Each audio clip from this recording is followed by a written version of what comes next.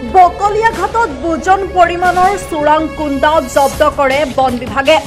Bokaliaghat northern range বন বিভাগৰ বৃহৎ সাফল্য। গোপন খবৰৰ ভিত্তিত বন বিভাগে অভিযান চলাই জব্দ কৰে বৃহৎ সংখ্যক কাঠৰ কুণ্ডাসহ এখন টাটা মোবাইল গাড়ী। সোমবাৰে বকলিয়াঘাটৰ দুৰ্গম বনাঞ্চলৰ ক্লৰডুঙত বকলিয়াঘাট নৰ্দাৰ্ণ ৰেঞ্জৰ বনকৰ্মী আৰু বন সুৰক্ষাৰ এটি দলে AS09C1617 নম্বৰৰ টাটা মোবাইল বাহনৰ পৰা বুজন পৰিমাণৰ চোৰাং গমাৰি কুণ্ডা জব্দ কৰে। কাৰ্বি আংলং আৰু হোজাই সীমান্তৱৰ্তী অঞ্চলৰ ক্লৰডুঙৰ একাংশ চোৰাং কাঠ বেপাৰীয়ে বছৰ বছৰ ধৰি মূল্যৱান কাঠৰ ৰমৰমীয়া ব্যৱসায় চলাই বন ধ্বংসযজ্ঞ অব্যাহত ৰাখি আহিছে। উল্লেখ্য যে বন সুৰক্ষা কৰ্মীয়ে কোনো চোৰাং কাঠ বেপাৰীক কৰায়ত্ব কৰিবলৈ সক্ষম নহল।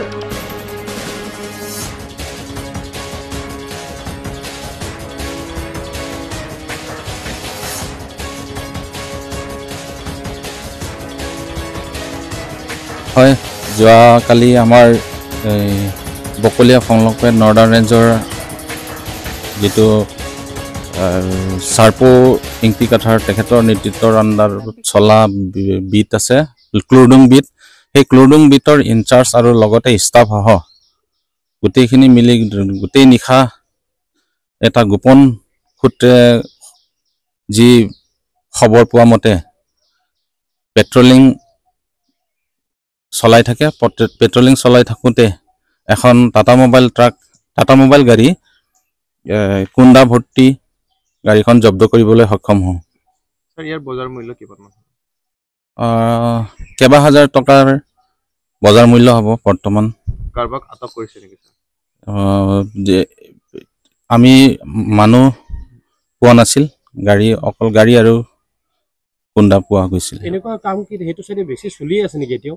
হয়, বৰ্ডাৰ ক্ষেত্ৰত হয়, এইটো লাংকাইজান এৰিয়া আমবাৰী ছাইডত, সেইটোত প্ৰায় হোজাই ডিষ্ট্ৰিক্টৰ পৰা বেছিভাগ সৰবৰাহ কৰে এনেধৰণৰ কুণ্ডা হওক, চাউণ্ড টিম্বাৰ হওক। তো যোৱাকালি আমি কৰায়ত্ব কৰিবলৈ বা জব্দ কৰিবলৈ সক্ষম হৈছোঁ। বন বিভাগলৈ লৈ আহিছে? হয়, জব্দ কৰি আমি বকলিয়া ৰেঞ্জলৈ লৈ আহোঁ।